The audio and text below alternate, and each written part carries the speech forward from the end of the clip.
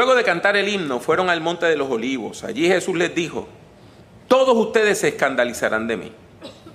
Está escrito: heriré al pastor y las ovejas serán dispersadas.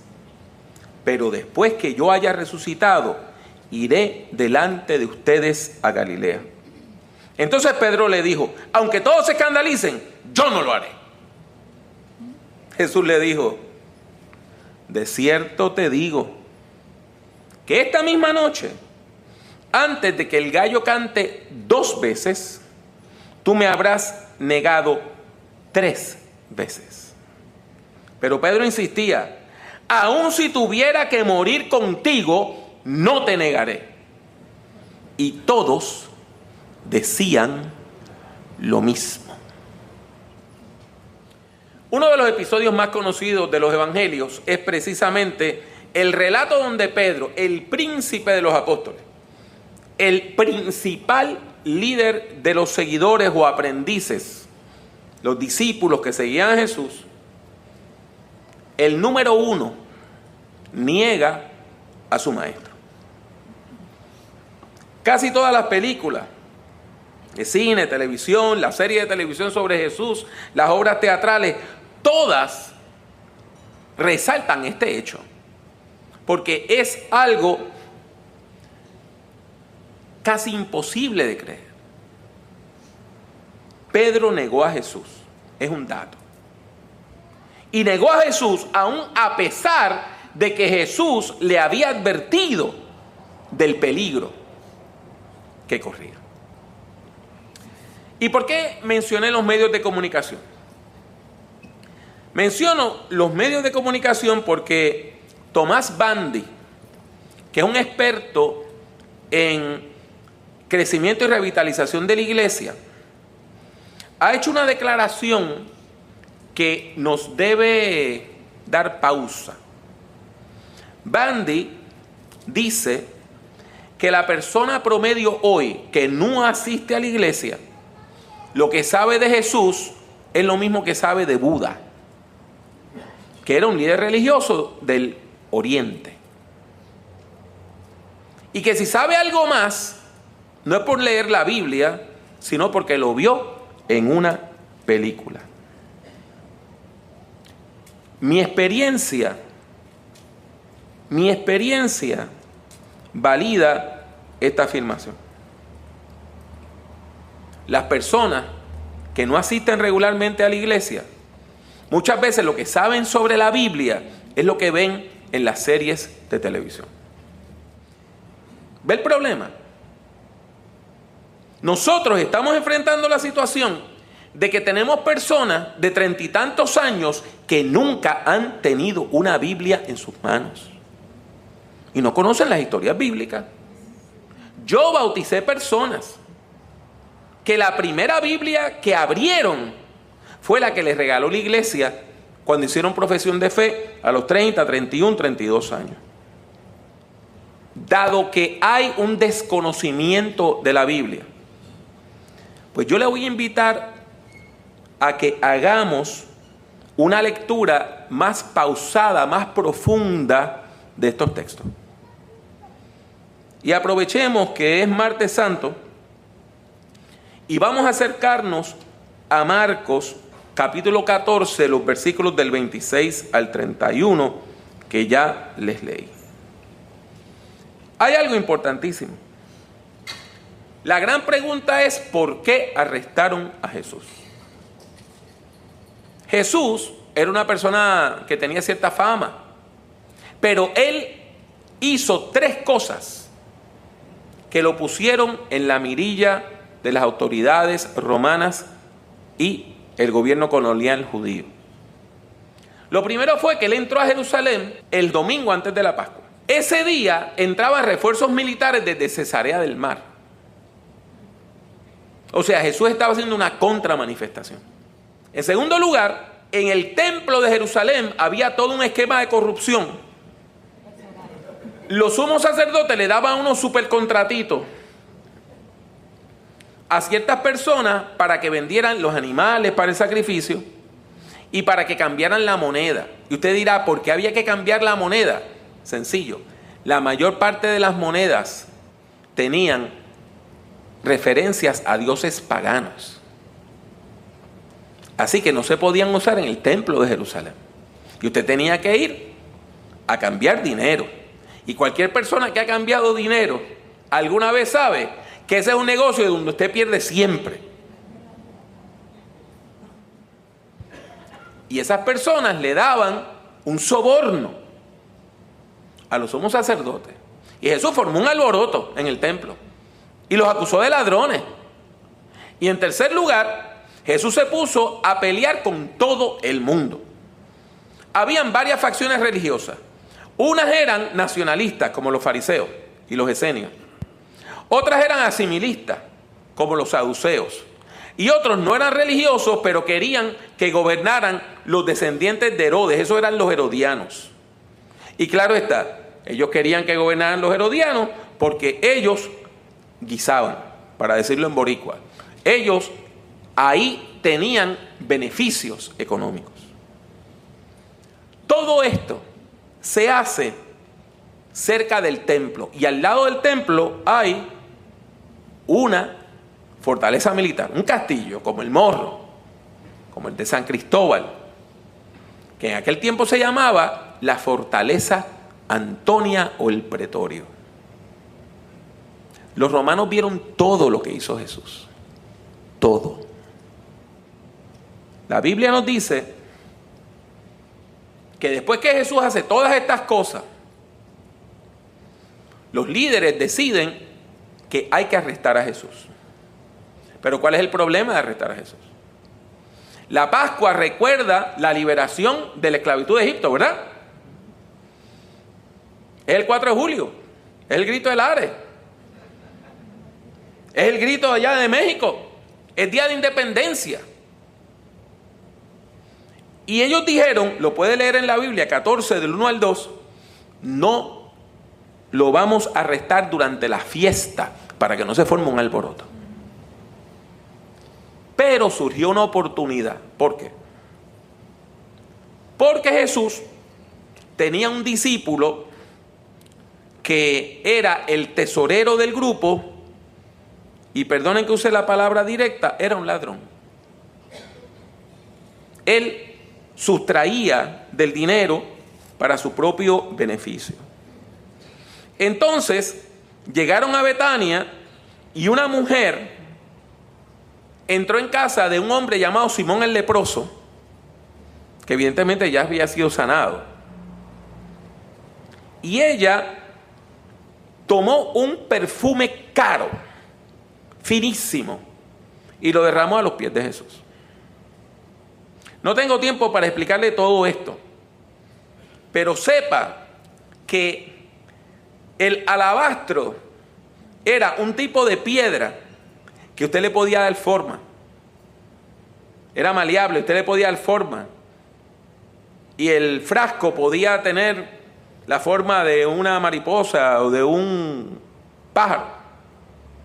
Cuando ven eso, Judas se indigna. Porque lo que le tocaba a él se fue. Y él va y le reclama a Jesús, diciendo: nosotros pudimos haber vendido esto por lo que gana un obrero en un año, para dársela a los pobres. Claro está, el primer pobre en la lista era él. Y Jesús lo reprende. Le dice: ¿por qué tú estás molestando a esta mujer? Esta mujer ha hecho una buena obra. Esta mujer ha hecho todo lo que ha podido y será recordada por siempre. Inmediatamente después de ese evento,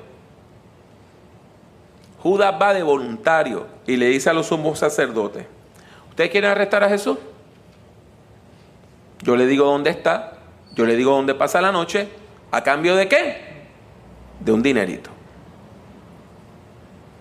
Y eso es lo que ocurre.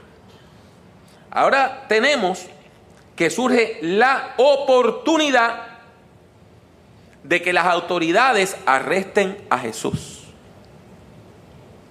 sin formar un alboroto en la ciudad, sin que la ciudad se les torne en contra.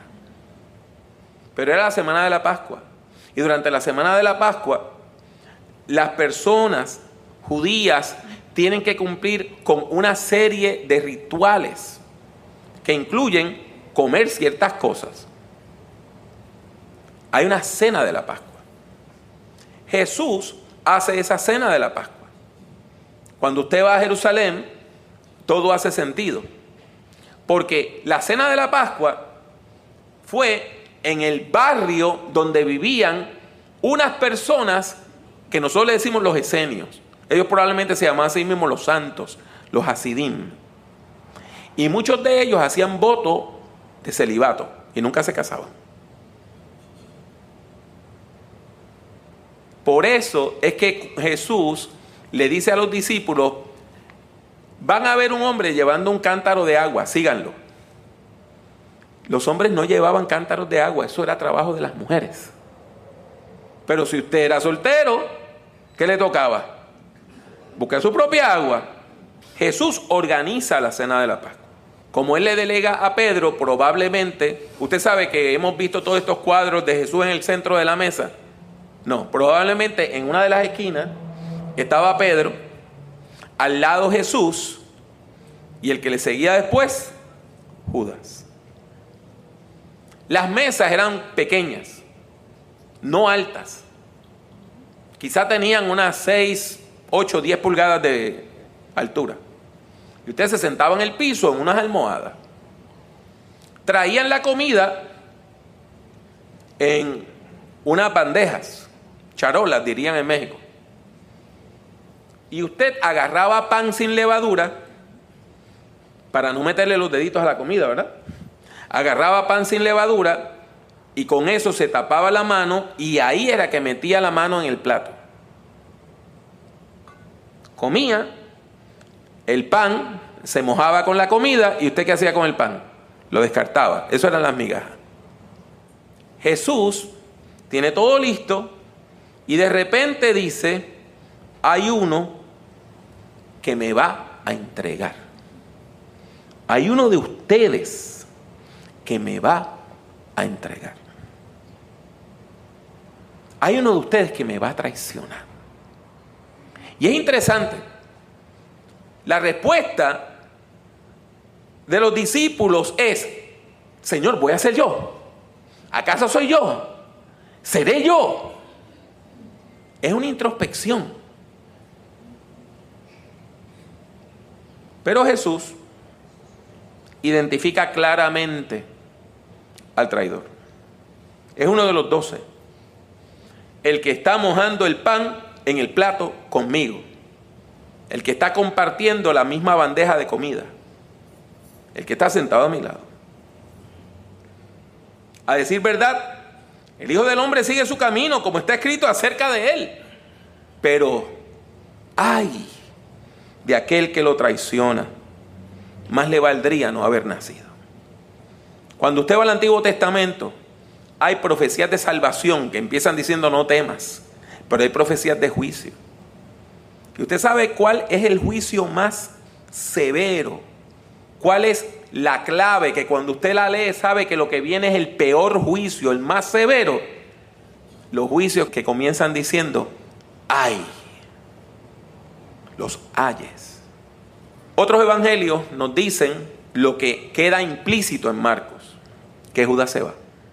Otros evangelios nos dicen que los discípulos pensaron que era que iba a comprar algo porque él era el que manejaba el dinero. Jesús se queda con los 11 y ahí les enseña este maravilloso y sencillo ritual de comer pan y tomar el fruto de la uva. Porque así como se rompe el pan, el cuerpo de Jesús iba a ser roto. Porque así como se derrama la sangre, el vino también se derrama. El pan y el vino representan el cuerpo y la sangre de Jesús. Y él le dice: hagan esto cuando quieran revivir este momento. Usted me va a decir: no, hermano Pablo, la Biblia lo que dice es: háganlo en memoria de mí. La palabra anamnesis en griego quiere decir volver a traer a la mente, volver a vivir. Terminaron la cena y cantaron una serie de himnos, probablemente el Jalel, que son los salmos 115, 16, 117 y 118. Una pequeña colección. Salieron del barrio de los Esenios, bajaron la loma, cruzaron un río seco que se llama el torrente del Cedrón y subieron al monte de los Olivos. Y allí todavía hay, un jardín que se llama el jardín de la prensa del olivo. El jardín donde está la prensa, donde usted agarra las aceitunas y las exprime para sacarle el aceite. En hebreo, Getsemaní. Allí es que Jesús reitera, pero expande la advertencia. Citando Zacarías 13:7, le dice a sus discípulos: todos ustedes se escandalizarán de mí. Todos. Escrito está: heriré al pastor y las ovejas serán dispersadas. Pero hay una nota de esperanza. Pero después que yo haya resucitado, iré delante de ustedes a Galilea. Noten, Jesús le está hablando a todos. Jesús no está hablando de manera particular sobre Pedro, de acuerdo al Evangelio según San Marcos. Sin embargo, Pedro, que era el portavoz del grupo, se resiste, se ofende. Entiende que Jesús está menospreciando su compromiso. Y él le dice: aunque todos se escandalicen, yo no lo haré. Él se coloca en un plano superior a los otros. Aunque estos cobardes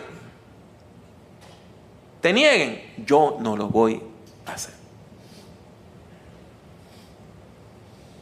Pero Jesús sabía cómo atajar los delirios de grandeza de la gente. Y le dice: ¿con que no me vas a negar? De cierto te digo que hoy, entre el primer cantío del gallo, que se da de las 3 a las 4 de la mañana, hasta el segundo, que es cuando empieza a rayar el alba, en ese corto tiempo tú no me vas a negar ni una ni dos veces, me vas a negar 3 veces. Jesús, después que le echa el balde de agua fría a Pedro, encuentra que Pedro se resiste y se aferra y le dice: aun si tuviera que morir contigo, no te negaré. Verso 31. A veces los escritores del Nuevo Testamento se inventaban palabras. En griego es fácil, porque usted lo que hace es que le pone una conjunción al ladito. Por ejemplo, usted recuerda ese texto que dice: con Cristo estoy juntamente crucificado. En griego, el verbo crucificar es tauró. Y Pablo se inventó una palabra, sunstauró, con crucificar. Con Cristo estoy con crucificado. Aquí ocurre lo mismo. El verbo aposnesco, morir. Alguien, el escritor de Marcos, le puso la conjunción sun, que quiere decir con. Sunaposnesco, morir contigo, con morir, morir junto a ti. Aun si tuviera que conmorir contigo, aun si tuviera que compartir la muerte contigo, no te voy a negar.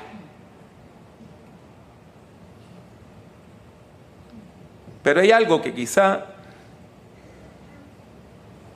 nosotros no hemos visto. Sí, lo que dijo Jesús fue exacto. Jesús fue arrestado y los discípulos huyeron. Todos. Algunos volvieron. Pedro entró calladito para que nadie se diera cuenta quién era. Y Juan, que tenía algún tipo de conexión con la familia de los sumos sacerdotes, pudo entrar. Los otros brillaron por su ausencia. Y mientras se hacía el juicio ilegal de noche con testigos falsos contra Jesús, Pedro se acerca a la casa del sumo sacerdote. La gente lo empieza a escuchar hablar y le detectan el acento. Tú eres Galileo, tú andabas con él, tú eres discípulo de él. No lo soy. Tú no eras el que era el líder de... No lo soy. Pero yo estoy seguro que yo te vi. Tú no eras el que estaba en el jardín. No lo soy. Y entonces cantó el gallo por segunda vez.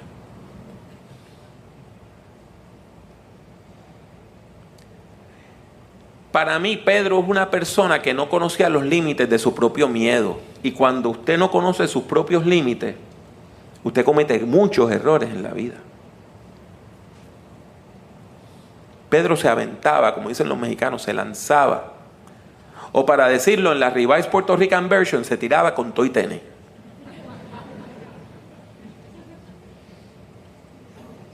Se metió en la boca del lobo. Está rodeado de militares. Y se asustó. Y en vez de decir, yo soy discípulo de Jesús, dijo, no lo soy. No lo soy. No lo soy. Pedro es culpable de haber negado a Jesús. Pero yo quiero que usted lea las últimas palabras del versículo 31. Esas son las palabras que yo las había leído tantas veces y nunca las había leído de verdad. La oración final del versículo 31 dice, y todos decían lo mismo. Todos. Esta no fue solo la negación de Pedro, fue la negación de los 12. 1 que lo traicionó y 11 que prefirieron huir para salvar su propio pellejo.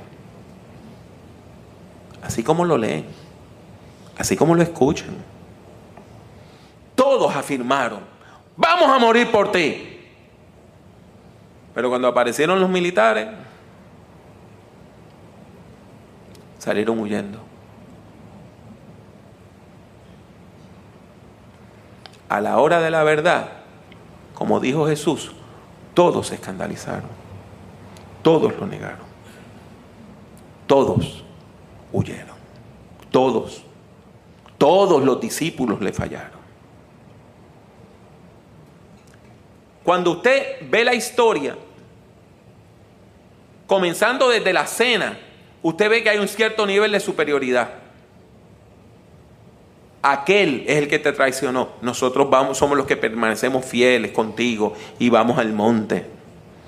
Nosotros somos mejores que Judas, ¿verdad que sí? Tú me vas a negar 3 veces. Eso es Pedro. No me lo dijo a mí. Yo no lo voy a negar. Todos afirmaron que ellos nunca negarían a Jesús. Y a la hora de la verdad, todos, para evitar ser crucificados, negaron a Jesús. Algunos con palabras y otros con acciones. Pero ninguno de los que dijo, estoy dispuesto a morir por ti, estaba allí para morir con él. Lo dejaron solo. Solo.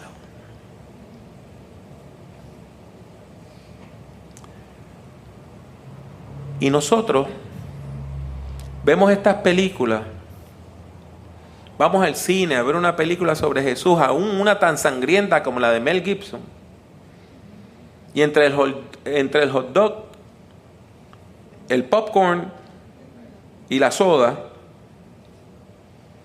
decimos, qué cobarde Pedro, que lo negó. Yo no lo hubiera negado.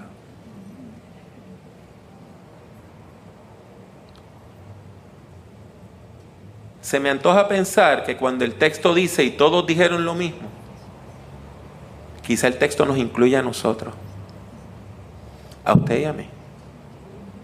Todos decimos que no le vamos a fallar. Todos decimos que nosotros no nos vamos a quitar. Pero a la hora de la verdad, todos fracasamos. Y permítame decirle algo con mucho respeto. Todos tenemos algo de que arrepentirnos. Todos. Una de las paradojas de la vida es que los seres humanos tenemos una capacidad para hacerle daño, el daño más severo, a la gente que más nos ama. A esa es la persona que más herimos. A la persona que más nos ama.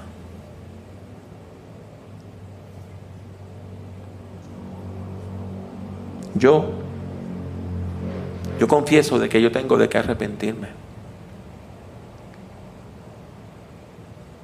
Cuando mi mamá murió, yo no estaba en la fe. Yo nunca me despedí de ella. Esa escena de las películas, cuando una mamá joven muere, esa despedida, eso sí, yo nunca la tuve. Eso me pesa en la conciencia. Y así por el estilo, hay otros episodios de mi vida de los cuales yo no estoy orgulloso. De los cuales yo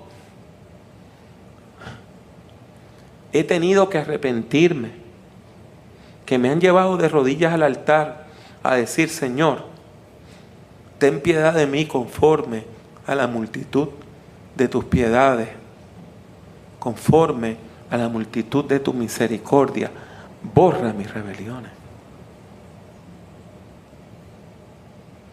Todos hemos herido a alguien.